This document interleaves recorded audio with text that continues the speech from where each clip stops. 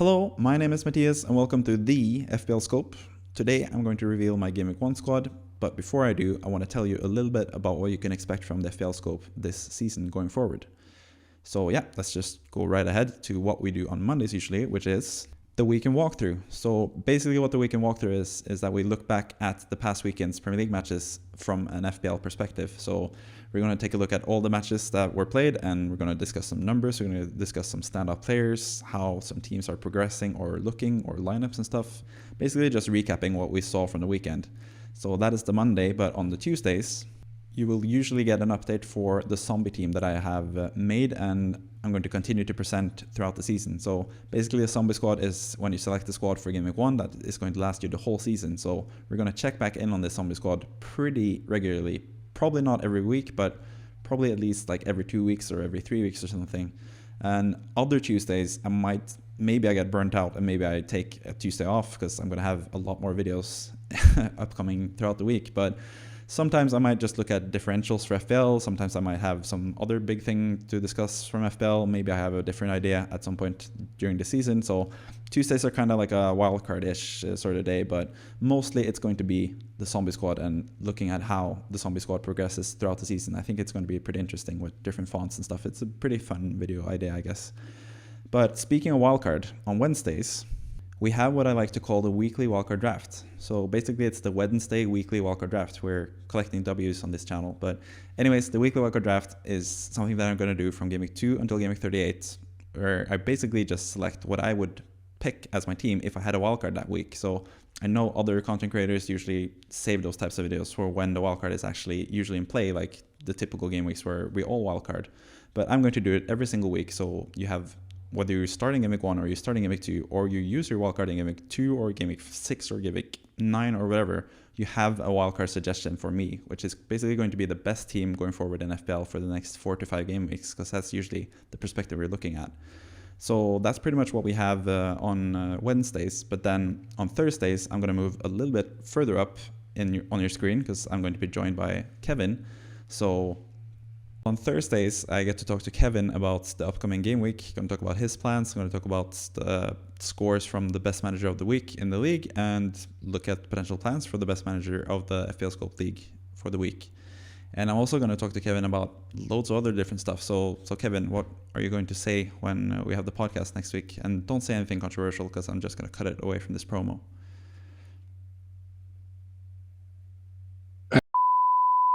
That's fun.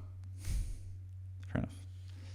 So yeah, you never know what crazy thing Kevin is going to say, but that's what I like about it, to be honest. I get to talk about FPL with one of my best friends, and that's always a good time for me. So I hope it's a good time for you as well. But that's what happens on Thursdays. On Fridays, I do the team selection, which is what I'm going to do right now. So without further ado, let's go into my team. Let's just reveal the whole squad straight away in the actual browser straight away. So this is my current and probably final, unless there are some deadline news. This is probably my final Game Week 1 squad.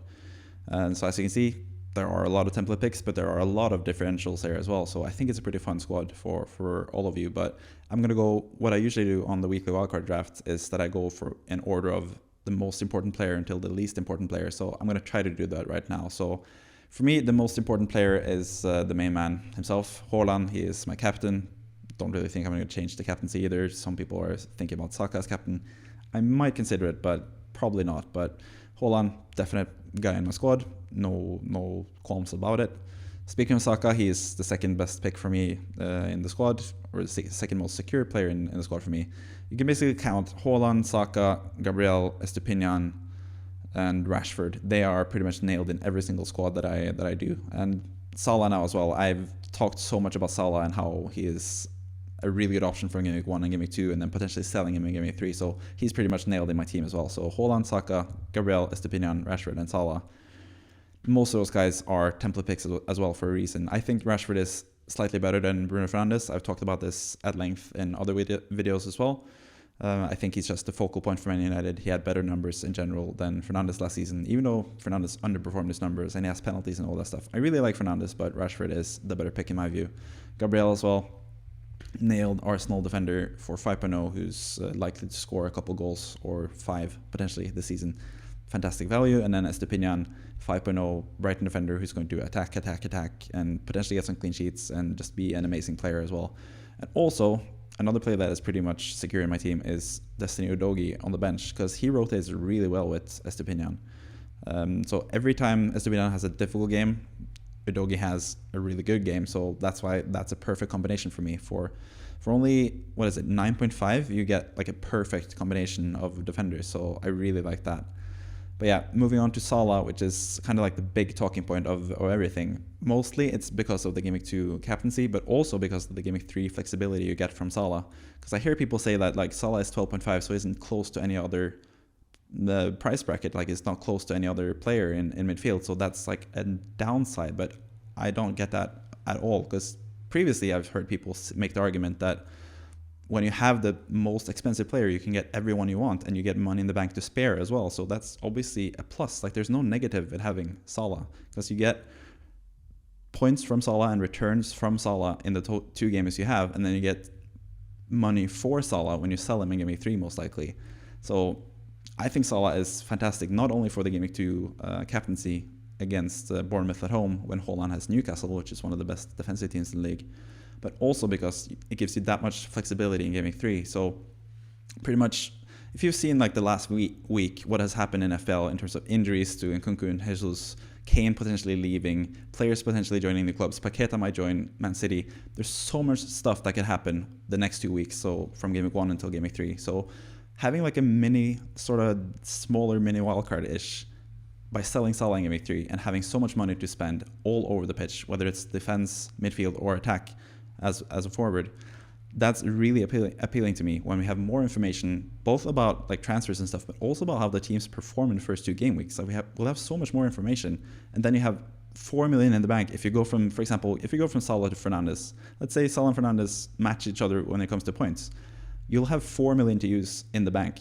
which is going to be different for like everyone else. Because, for example, if you have a 6.5 midfielder that's not performing and you sell him, you can't really get a good replacement unless you go for the same price and then you have no money in the bank for the second transfer, or you downgrade him to like a 4.5 and you still don't get that much money like you do with Salah. So I think if you start the season with Salah, you can captain him in Game Week 2, which is the best captaincy option in my view. You can check out the previous video I did on the captaincy potential for both Salah and Haaland in Game Week 2. You both get that captain and you also get the flexibility in Game Week 3. So I think Salah, especially considering his status in FPL, how good he is in FPL, for a short-term option, he is fantastic. And as always, like booking a transfer isn't always negative. Going down in price on your transfers is not always a negative. So that will allow me, if I downgrade Salah in Game Week 3, I can upgrade one of these attackers, and that's something I'm going to talk about a bit more later as well. But Ben Chilwell as well, he is also kind of now nailed in my team. Onana is the more like unsure thing, but Chilwell at least, he's so attacking, and Chelsea have such good fixtures already from Game Week 2. Like people say there's the fixture swing in Game Week 3, but I think Game Week 2 is... I'm a West Ham fan, so trust me, I know. Chelsea are playing West Ham away in the second game week, and people see that as a difficult game, but West Ham have been kind of all over the place. David Moyes is on his last legs when it comes to be West Ham manager. He would have been sacked if we hadn't won the trophy, the Conference League major trophy that we won in the summer. But yeah, I think Chelsea against West Ham, that could easily be a win for Chelsea, and Chilwell could be a really good player there. He could even be good against Liverpool, because Liverpool are really susceptible against their own right-hand side, because obviously Trent Alexander-Arnold is the right back for Liverpool, and they concede a lot of goals from that side, and Chilwell is going to play basically as a winger for Chelsea. So I think Chilwell is also a fantastic pick. Then finally, there are the 6.5 midfielders as well. I'll talk about them later. But first, I want to talk about Gvardiol. And the latest news is that Guardiola, the manager, says that Josko Gvardiol is ready for Game Week 1. And I believe him, because back in, 1920 or 2021 season, when they brought in Ruben Diaz, they brought him in right before Game Week 3, like mid-season. Not mid-season, but in the season, they brought in Ruben Diaz like 3 days before the Game Week 3 fixture that they had, or Game Week 4 fixture, I can't remember exactly. And Diaz played that game, and then the 20 next games, he started and played 60 minutes plus. So I think Gvardiol is going to be nailed for City. He's 5.0, probably going to start Game Week 1, but even if he doesn't start Game Week 1, I'll get Destiny Udogie in, because most likely Gvardiol doesn't get subbed in, because Pep Gvardiol usually doesn't sub in his defenders. So most likely I'll get Gvardiol against Burnley, but if I don't, I get Destiny Udogie against Brentford, and I like both of those chances. So Gvardiol is a really good fit in my team, and once again shows the value of Udogie because I really trust him. He can get a goal return against Brentford. He can get a goal return against anyone. So yeah, I don't mind that at all, even if Gvardiol doesn't play Game Week 1. And I think Gvardiol is going to play, he's going to start to play 60 plus in 15 or more matches out of the first 20. That's my prediction, at least, even with the many centre-backs that they have at Man City. So Gvardiol is also a really good player in my team. Then when it comes to the goalkeeper, that's more like Onana has been in my team pretty securely the past week or so, week and a half maybe, but I do really like the 4.5 goalkeeper alternatives. So like Johnston, for example, for Crystal Palace, I think he is really good. They play Sheffield United in the first match, which is super easy. And they also have Wolves in Game Week 4, which is also really easy. So their matches have made me more interested in Crystal Palace players, and we'll get to that with Eze pretty soon. But there are some other goalkeeper alternatives as well, with Mark Flecken for Brentford, 4.5, same price point as Raya last season when he was the best value goalkeeper in the game. He's also in consideration, and then also Pickford is also a decent pick. I do have Areola as backup goalkeeper. It's probably going to be Turner. This is actually, I'm going to get into that when I get into the transfer thing. It's kind of just because of the Arsenal thingy that I don't have Turner just now. But yeah, speaking of the 6.5 midfielders, Mbeumo has actually been in my squad ever since launch. He was one of the players that I looked into before the season, and I figured I need him for Game Week 1. I wouldn't really care about the yellow flag because apparently he's fine. Thomas Frank has said that he's going to be fine for Game Week 1, and he's such an important player for them. He's going to play. And Spurs at home, I think that's a really good fixture for Game Week 1. So I think Mbeumo is actually the best 6.5 midfielder, and therefore he's been in my team pretty much every single time. But the newest addition to my team is Eberechi Esse, and I used to have Joao Pedro as a striker and then have 4.5 midfielder in Chukwuemeka here and have $1 million in the bank actually. But I really like the prospect of Esse, and especially, like I said, with Sheffield United in the first game week and then Wolves in the fourth game week. And beyond that, I think Esse is going to be one of the best value players this whole season. So why not pick him from the start and just keep him and trust him to score goals? He's going to be on penalties, he's going to be on set pieces. He is in it for the long haul, and especially since I'm already booking in a transfer, I guess, with Salah out and one striker in, most likely.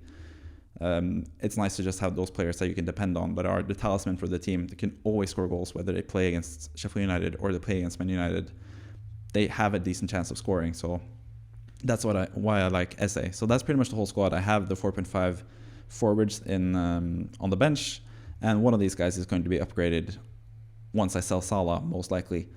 But that is also something that is in consideration for me. I don't even have to go into the transfer page, but the reason that I have Areola rather than Turner is that Turner is still, at the time of this recording, is still registered as an Arsenal player, and that also accounts for Fuller and Balogun, who I actually had here for a little bit, because if Balogun, there are rumors now that Balogun might join West Ham, and then he would be an essential pick in FPL, because a 4.5 striker for a decent team in West Ham at least, a really good striker as well in Balogun, that would be too hard to resist. So if the rumors about Balogun to West Ham are growing, and even though he hasn't moved to West Ham before Game Week 1, since I only have 2 Arsenal players, I might switch in Balogun and just have him if he gets the go-ahead to go to West Ham. For example, if Fabrizio Romano says, here we go, Balogun to West Ham, but it's not in time for FPL to change Balogun from Arsenal to West Ham, then I have the advantage of having him in my squad already without it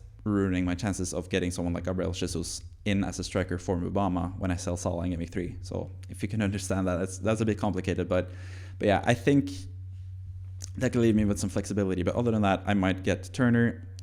So depending on the Balogun situation, it also might change how I look at Turner, and if I want Turner to be changed from Arsenal to a Nottingham Forest player, because if I don't have any plans of getting Balogun as the third Arsenal spot, then I kind of want to have the third Arsenal spot as Turner and hope that FPL don't change his position before the game launches, because that way I'll have him when no one else can have him, because most people have someone like Martinelli or potentially Saliba or something like that, or Trossard even. So I'll get an advantage there as well if they don't change it. But yeah, most likely Turner is going to be changed to a Nottingham Forest goalkeeper, and he's going to be in my squad. Sorry about the voice crack, rather than Areola. So that's pretty much my squad. I have some other. Let's go into the transfer page actually and just take a little look at what this looks like. So yeah, just to show you a couple of the things that you can do in Game Week 3, when most likely you're going to sell Salah. He's going to play Newcastle away from home, so it would make sense to sell him, I think. Yeah, that's still a nice screen. Yeah, so you can get, for example, you can get Bruno Fernandes if it turns out that he is essential to have. Then yeah, you have 4 million in the bank for your second transfer, because usually what at least seasoned FPL players do, or FPL managers do, is not use your transfer in Game Week 2 and save for 2 transfers in Game Week 3, because you get so much more information in that final game week between Game Week 2 and Game Week 3. You get so much more information about both how the teams are looking, how the players are looking, and potential transfers as well, that it's better to save and get 2 transfers in Game Week 3. So the first transfer, you can do Salah to Fernandes. You can even go to someone like, maybe Diaby looks good for Aston Villa in the first 2 game weeks, and you want another 6.5 midfielder. Then you have even more money in the bank. You'll have 6 million in the bank to upgrade. But even with 4 million in the bank, you can get whichever striker you want for Mubama, for example. You can have, because 4 million in the bank and 4 plus 4.5 is 8.5, and there are no strikers currently at 8.5 or higher apart from Kane and Haaland. So yeah, you can basically get any striker you want. So let's say, for example, Gabriel Jesus is back for that game week. You'll be able to get Gabriel Jesus with the squad, with only 2 Arsenal players apart from Jesus. You'll be able to get Jesus when no one else has him, and you already had Salah when no one else had him, or not that many people had him. He's getting more and more popular, by the way. So, but yeah, you'll get Gabriel Jesus rather than having someone like Watkins, for example. You could always do Watkins to Jesus yourself, but then you'd have to sell Martinelli, and yeah, there's a lot of other things that you have to take account for there. But you have so much money in the bank that you can be really flexible. Maybe you don't even want to go with the best player. Maybe you want to go with someone like Jan Vissa. Maybe he looks really good in the first few game weeks, and Brentford have really good fixtures after that as well. You're gonna have 2.5 million in the bank even after doing those 2 transfers. So you can even upgrade SA or Mbuemo, probably SA, but you can even upgrade, for example, Uyo in the next game week 4. Maybe you want to get, for example, you can go because this is going to be game week 4 and game week 3 and game week 4, when we have more news and we also are closer to the deadline, so we already know if players have joined or not. So maybe at this point in game week 3 or 4, we know that Chelsea are not going to get another striker. Nick Jackson then becomes a much better prospect, and especially with the fixtures that he has. I'm not sure if you can see it here on the screen. Luton at home, Forest at home, Bournemouth away, Villa at home, Fulham away, Burnley away. Like, you can get a lot of different players depending on what happens in the past few game weeks. So you have so many options. And even if potentially you can also have the potential, because Spurs, who knows what's going to happen with Spurs? And Spurs are also a really interesting team because they have also really good fixtures from game week 3. Bournemouth away, Burnley away, Sheffield United at home. Then they have two tough fixtures with Arsenal, Liverpool. But then they have Luton away, Fulham at home, Crystal Palace away. Really good fixtures for Spurs. And you never know with Spurs, because Kane, he might leave for Bayern Munich. We don't really know yet. And that's another thing you could do. You can even downgrade Salah to, for example, maybe Chukwuemeka looks fantastic. Maybe there's a better 4.5 option. Maybe Papa Sarr is a good 4.5 option at this point. But then you can actually get Harry Kane in all of a sudden in game week 3 when no one else has him, and everyone else will be scrambling to get the money to get Kane, but you have the money stored in Salah already. So that way you can get Kane in game week 3 for all those great fixtures. And yeah, you can also get someone like KDB. There are so many options you can do, but I've talked about this previously in a different video as well, so you can check that out, the Mo Salah or no Salah video that I did. You can even get De Bruyne or Son and still have money in the bank to upgrade elsewhere. You can get Trent, Alexander-Arnold. You get so much money in the bank that you can basically do whatever you want with your team for game week 3 and game week 4. So that's the flexibility you get with Salah. But when it comes to my own team, probably going to be Turner here rather than Areola. I did think about the Balogun thing. I have thought about having Joe Pedro and then downgrading SA to 4.5 like Chukwuemeka and have 1 million in the bank. Maybe if I want to upgrade Joe Pedro to Alvarez, if I have that million in the bank, or I can just have the million in the bank. If I do the Salah to Kane move, I can actually select like a 5.0 or 5.5 even midfielder when I get Kane, because I have the money in the bank to spare. So those are just some of my thoughts, at least for the game week. But my team is, just to return to the team, check out the team right here, perfectly in line with the camera. But yeah, so basically this is my team currently. Pretty much nailed. I have some interest in other goalkeepers, I might switch Eze and get a bit more flexible of a team. I might get Balogun if the rumors about him going to West Ham pick up steam, especially if he gets like the proper, here we go, he's going to go to West Ham. I like having that Arsenal spot open either for Gabriel Jesus or Balogun or Turner if he doesn't get changed from Nottingham Forest to Arsenal. But those things might change in the next day or whatever. I'm recording this on Thursday, so one day before. We're about 24 hours. I'm recording this about 24 hours or so before the deadline, so we can always get more news that will change the outlook of the team. But I really like the flexibility with Salah. I really like him as a captain in Game Week 2. And I really like this team in general. I think the starting 11 is fantastic, and Udogie is fantastic as well. So yeah, I'm pretty happy with the squad. Probably going to end up with something along these lines. I'm in it for the long haul. Not for the long haul, but at least until Game Week 3 with Salah. I'm going to have him. So yeah, pretty happy with the squad, and pretty happy with the progress of this channel. So if you like what you've seen so far, if you like the things I talked about in the beginning of this video with what you can expect from FPL Scope, please subscribe if you want. Like this video if you found it enjoyable or informative. Add some comments if you're really opposed to the Salah tactic that I'm doing. Maybe have some really good arguments for why 12.5 Salah is a bad price point, because I don't really understand that argument. But yeah, if you have any comments, please let me know, because I always like it, whether it's positive feedback about me or if it's constructive criticism, whatever it is, as long as it's nothing terrible. Then not criticism. I can handle criticism, but yeah, you get the idea. I'm rambling, which is something I usually do on this channel. But anyways, that has been it for me for the preseason, and I hope you enjoyed the season. I hope you have a good season, and I hope you continue to watch these videos. So thank you and goodbye.